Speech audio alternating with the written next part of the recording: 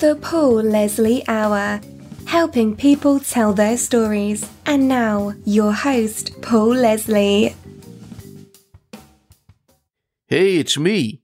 Hello and welcome, folks. Ladies and gentlemen, we have a first-rate, world-renowned jazz guitarist, singer, songwriter, recording artist. He's the co-host of the one-of-a-kind radio show, Radio Deluxe. John Pizzarelli is joining us. He's a band leader, but he's also an accompanist. He's recorded with some of the great musical legends of all time, Sir Paul McCartney, Michael McDonald, among many others.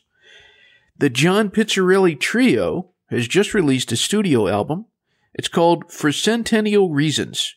It's a 100-year salute to Nat King Cole. 2019, of course, is the centenary year of Nat King Cole. 100 years since the great pop and jazz pianist and vocalist's birth. It's a great pleasure to welcome John Pizzarelli. How are you, sir? I'm very well, thank you. It's good to be on the show, Paul. It's a great pleasure. Thank you. So, Nat King Cole, just one of the all-time greats of music, in my opinion. What does Nat King Cole mean to you? Well, I would have to say that Nat King Cole is the reason why I do what I do. I thought about a lot of different things that I was wanting to accomplish as a musician when I was between the ages of 16 and 23. And right in the middle of those years, thinking I was going to be sort of like Billy Joel or Peter Frampton or James Taylor or Jackson Browne. I liked that kind of music. I was listening to it all the time between 76 and 83. I got introduced to the music of Nat Cole through just a nutty way that it happened, and it was life-changing because I was working also. Like my father said, I was the only guy who played jazz to support his rock and roll habit. So I could actually make money working with my father, and then I was writing these pop songs and trying to, cultivate this kind of songwriting thing. And all of a sudden, I stumbled onto these two records. It was like Capitol Records knew I was coming. I got the best of the Nat Cole Trio Parts 1 and 2, and that was a whole different animal for me. I had never heard anything like it. I was not familiar with it. It took me 21 years to find it, and just went, oh, that's exactly what I want to do. So it really was life-changing. I know this is the third album of yours that pays homage to Nat King Cole. So what made you decide, you know what, we need a third one, let's do it? Well, the very first record in 1983, I had put Straighten Up and Fly Right, For Sentimental Reasons, and Route 66 were on that record. And the second one had Hit That Jive Jack on it, and This Will Make You Laugh, and Baby Baby All the Time. And then I actually made one in 93 called Dear Mr. Cole with Christian McBride and Benny Green. And that was just that particular one, the really first one that you're talking about of the two, it was just one of those things where I was in the studio with these two guys who I was like, who are these amazing musicians and why am I with them? They're so good. I'm sitting here putting together a Nat Cole playlist. So that was just a one-of-a-kind kind of thing. And then in 99, I made P.S. Mr. Cole with Ray Kennedy and my brother Martin, and that was the working trio. We'd been together for almost 10 years, I think, at that point. And thought that was really representative of what we were doing at that time.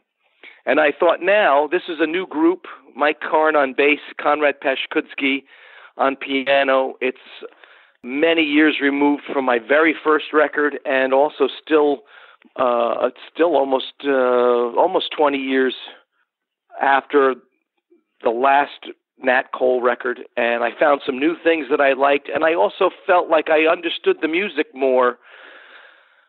I just had more of a comfortable way with it, and this group could play. We played the Paper Moon arrangement, I think, better than the other two groups had in the past, and we were ready to just sort of say one more thank you at an important time in Nat Cole's history.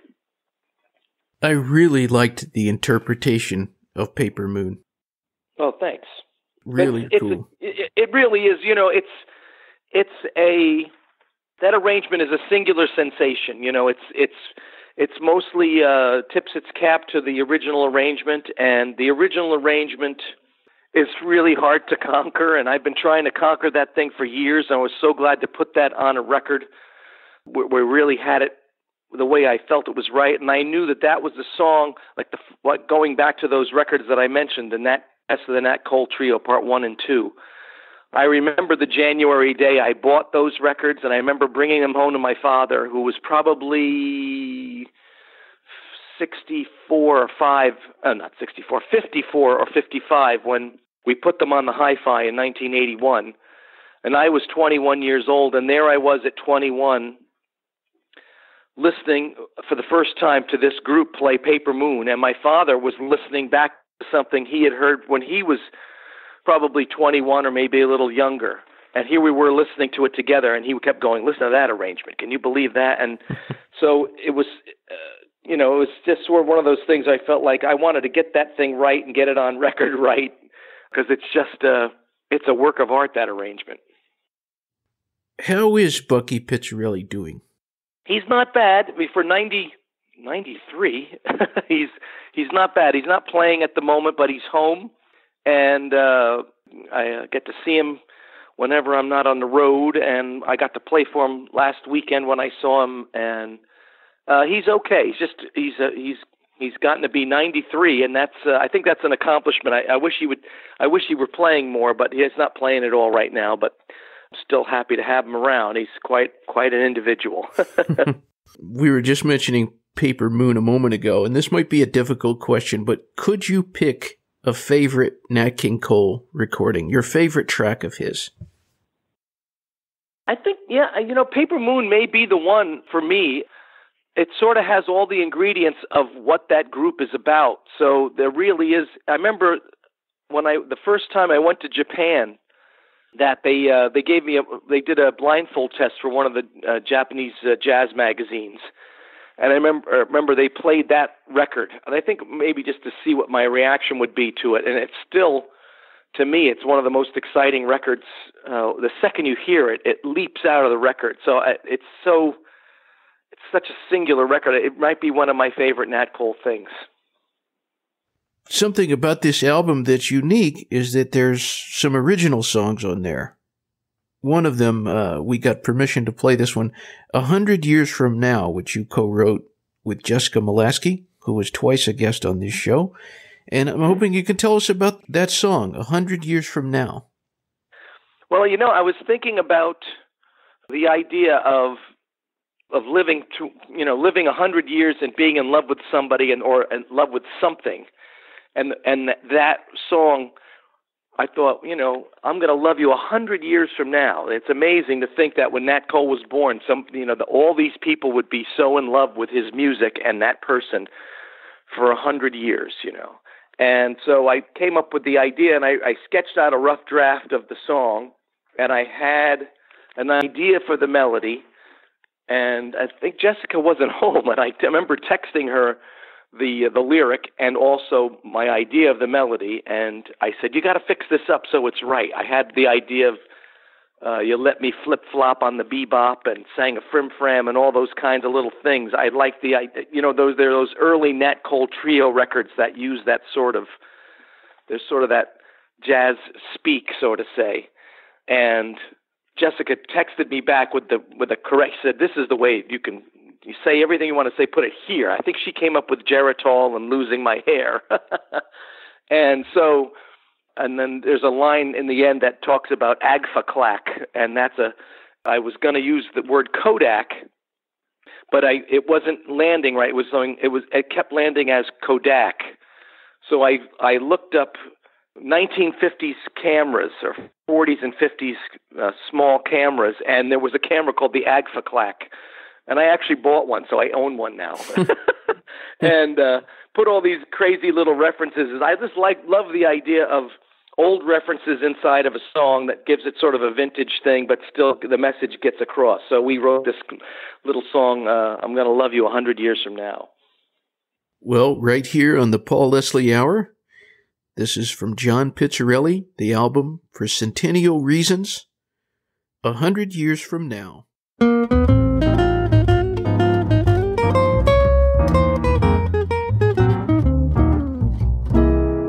let me flip-flop on the bebop, sang a frim-fram, made a vow. It's undeniable, I'll be reliable to love you 100 years from now. You made my old heart have a new start, razzmatazed me higher brow. Don't need an alibi, I'm gonna testify to love you 100 years from now. Well, you gave me that old kickaroo, and baby, did I fall. A century of loving you, well, who needs Geritol? You made this old boy feel the Floyd joy, more than life should allow. Says in my almanac that I am right on track to love you 100 years from now.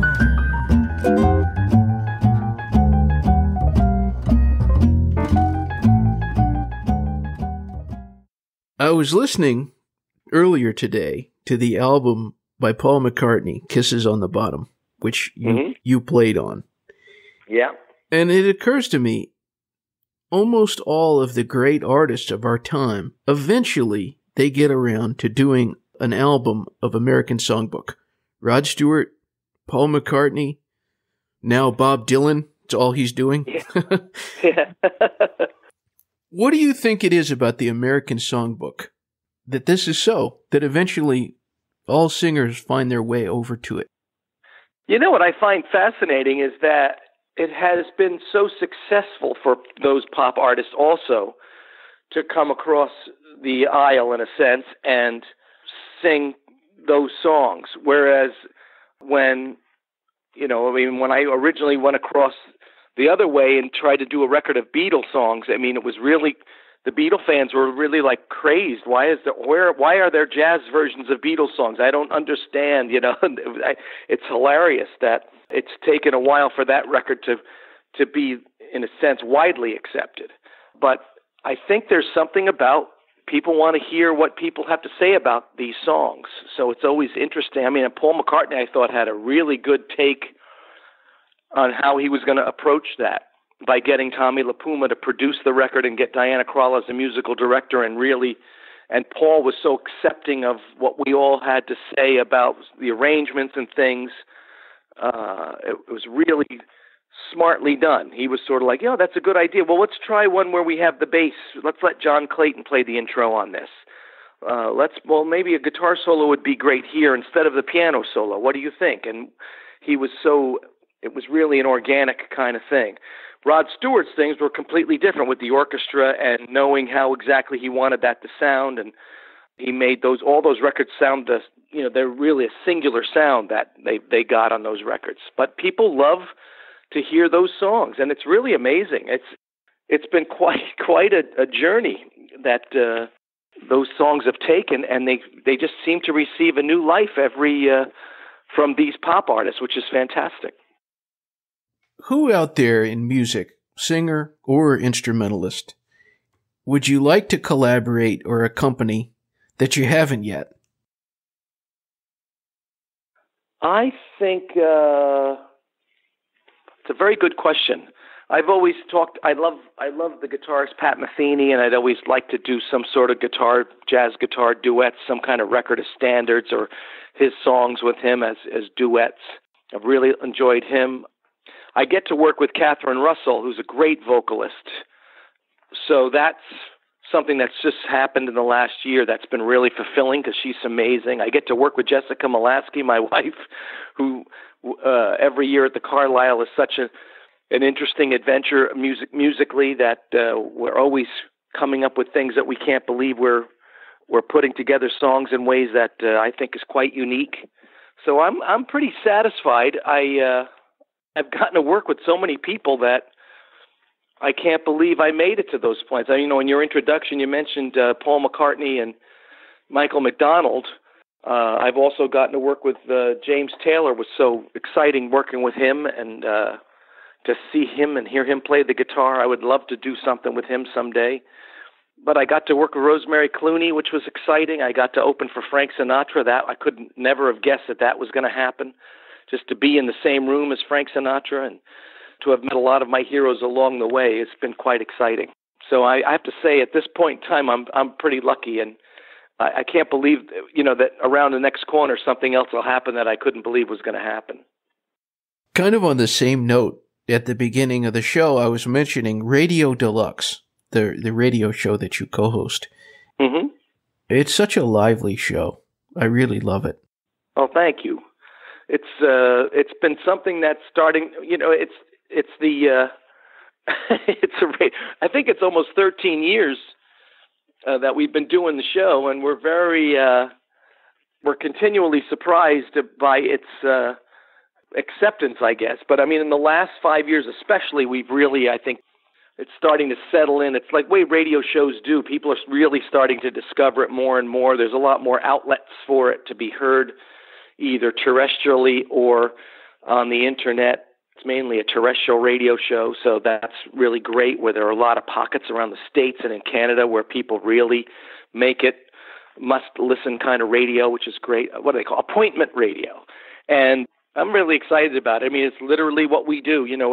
It's looking at the Great American Songbook and beyond. So you not only hear Louis Armstrong and Oscar Peterson and Ella Fitzgerald, Nat Cole, Frank Sinatra, Tony Bennett, Rosemary Clooney, Sarah Vaughan, Ella Fitzgerald, but you'll also hear all the new people in the last 30 years who've been making these standards recordings, like Joni Mitchell and Bob Dylan and the people you've mentioned. So, and there's so many new people on a day-to-day basis. Cecile McLaren-Salvant, there's the Bill Charlap Trio, Kurt Elling. There's such a great group of people out there making records. Stacey Kent, the Tierney Suttons of the world. It's amazing. Who has dropped by on Radio Deluxe that really knocked you out? They were just a great guest. Well, we've had, Jessica did an interview with Liza Minnelli about, it's got to be a while ago.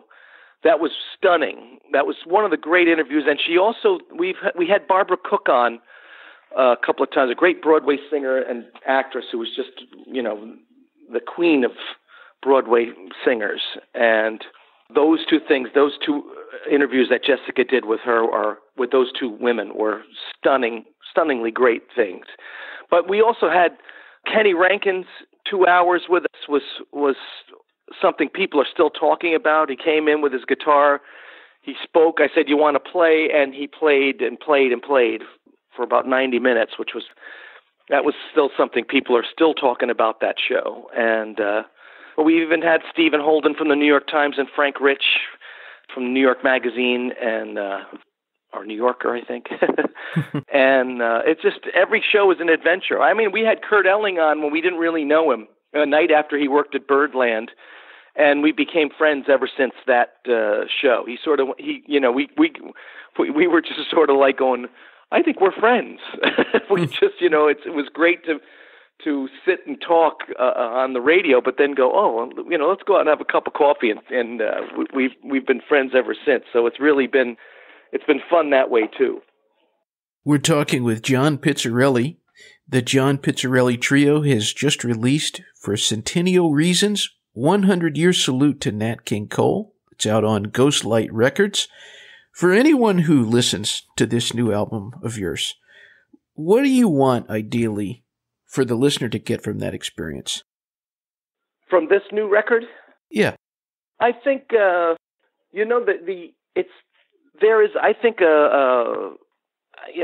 don't want to, I'm going to have to blow my own horn. I think it's a swinging record. I think it represents a lot of great qualities of jazz in it. And the guitar playing for me has always been something I've been proud of, from the rhythm playing to the single note playing. The qualities of guitar playing that my father instilled in me from a very early age are all on that record.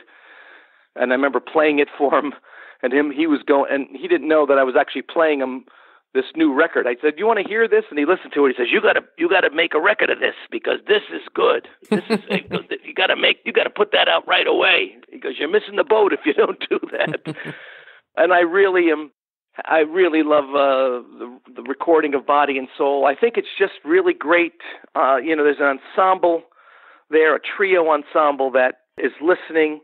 That's a great quality of that group, and it's recorded so cleanly. I haven't done anything like that in so long. It's the first time that the trio's been in the studio since 2000, I think, or 2000. Yeah, 2000. So it really was. It's a great group to listen to. I think there's a quality there that's joyous and it represents swing jazz, I think, very well. What is the best thing about being John Pizzarelli? Every once in a while you get a free amplifier. You get a free amplifier for me is a big deal. We always talk about, being able to get strings is, you work hard enough so every once in a while somebody says, "Will you try this?" and you can have it. I think that's fun. I mean, and for me, actually, that's just a perk of being who you are. But it's nice to get to a level where you're somebody that people think, well, if this guy uses my guitar or my amplifier, it's a big deal. I've been lucky to have Bill Mole as a good guitar maker, brilliant guitar maker for almost 20 years.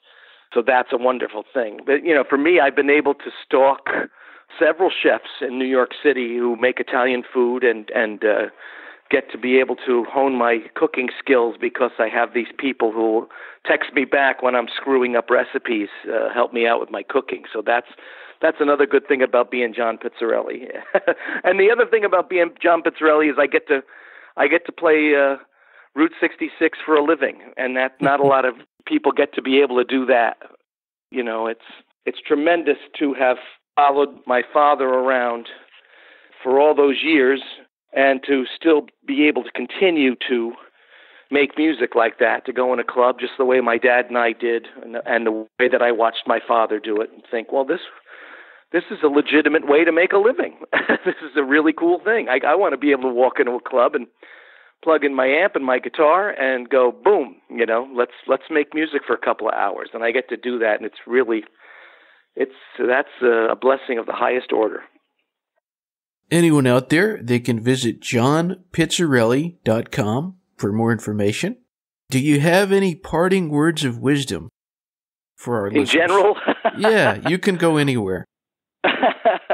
Well, that's a very good question. I don't know how. I'm not too wise myself at times, but I think you can do yourself a favor by listening to. There's something joyous about this music, about jazz music, and I think that's something that'll change your life. Finding music you love is so important, no matter what the style of music is. And then going to listen to it live, there's nothing like that. I think if you wanted something that was really going to enhance your life, it would be to find music that you really love and go hear it and experience that in a room or a hall or a field somewhere where they're making that music. And there's something great about musical discovery that's life-changing, no matter what your profession is. I think that's if I was going to impart something on somebody, I'd say go find some music that you love and go support it, because there's absolutely nothing like it on the planet. Well, Mr. Pizzarelli, thank you very much for joining us. It's been great to have you with us. Well, Mr. Leslie, I appreciate your time, and I thank you for letting me impart these crazy words upon your listeners. I am grateful. Thank you, my friend. My pleasure. I'll tell you one thing real quick. Sure. We had a guest on this show one time. Maybe you can guess who this is. And we asked him, who is the nicest person in the music or the entertainment business? And he said John Pizzarelli. Well, I can't guess who that would be, but that's very nice. It was a man named Buddy Mora. Oh, my goodness. I thought you'd like that.